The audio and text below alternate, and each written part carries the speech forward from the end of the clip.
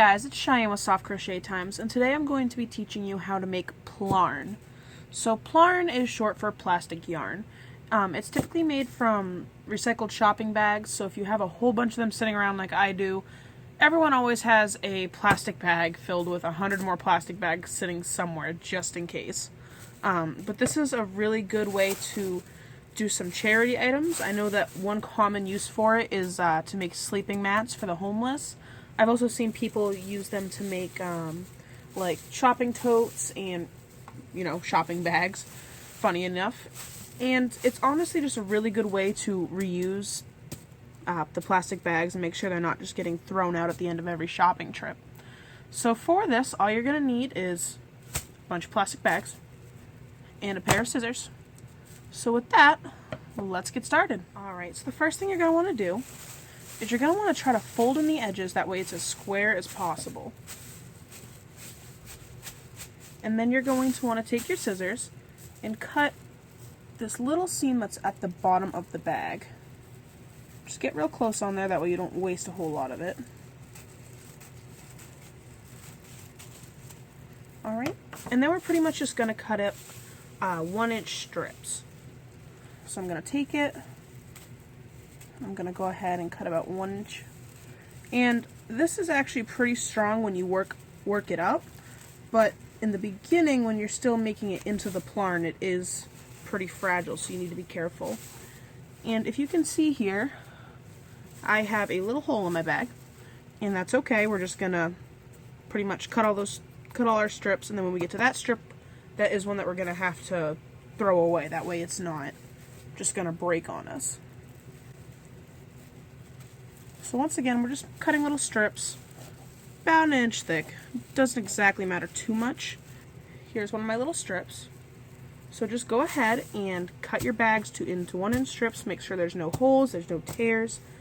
And when you get down to the very bottom where the handles are, you're just going to go ahead and stop. You know, stop maybe 1 strip away from the very end, because that's when it starts getting all stretched out from the handles. Say you carried a gallon of milk, this part's going to be really stretched out and thin, and you don't want that. So, go ahead and cut your strips, and then I'll show you how to join them. Alright, so I got some strips cut up. I only cut up about 1 bag, that way I'd have enough to show you guys how to use it. So here's my full strip, and all we're going to do is we're going to take 2 strips. Let me move these out of the way, make it a little bit easier for you guys to see. We're going to take 2 strips, and we're just going to put them inside each other like this. So put the end of one through this, and then pull the other one through until you have a little knot at the end. Make sure you do this carefully because it will tear. It's strong once it's worked up, like I said, but at this point it is pretty fragile, especially when you have kind of crappy scissor skills like I do. So here's one that's already attached. So as you go on, an easy way to do it is just to loop one of your strands through the loop that's already attached, and then pull it back through itself. Just like that. Alright. Once again, this is the one that's already attached, and I'm taking my new strand, looping it underneath so it's gone right through it, and then I'm just going to loop it back underneath itself. And then you're just going to pull carefully.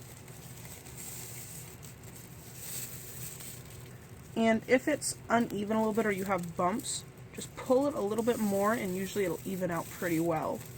So I'm just going to go ahead and continue doing this, and then I'm going to show you how to work it up just a little bit. I've just gone ahead and balled up what I finished. And so then you're just going to use this like normal yarn. The only thing is you do have to be careful while you're working with it, because like I said, it is fragile. So we're going to go ahead and do a slip knot. And I'm just doing this to show you guys how it works up. And once it works up, like I said, it is pretty durable. If you want to, you can do 2 strands of it at a time. The only problem with this is that you really need to make sure you have what you want to do planned out. Because if you don't, this is a lot harder than regular yarn to cut and then reattach because it's double-stranded. So I have my slip knot on there. And then I'm just going to do a couple chains to show you. It's really not hard to work with.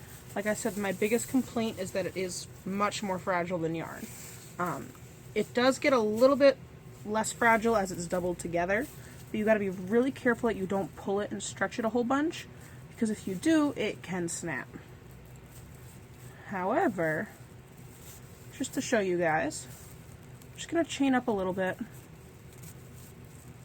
And as long as you pulled your knots tight, you should be able to work right through them. It shouldn't cause you too much of a hassle.